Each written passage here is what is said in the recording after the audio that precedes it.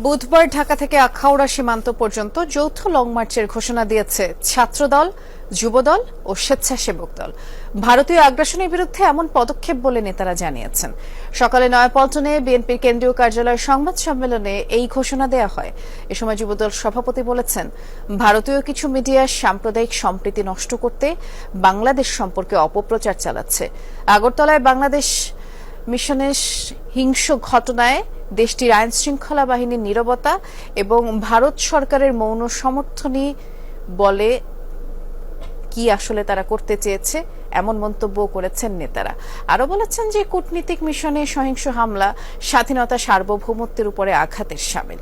যুবদল নেতা বলেছেন, ভারত এখন ক্রিমিনালদের আশ্রয় কেন্দ্র অভয়ারণ্যে পরিণত হয়েছে। নিজ ভূখণ্ডের বিরুদ্ধে যে কোনো চক্রান্তে সোচ্চার থাকার আহ্বান জানান তারা।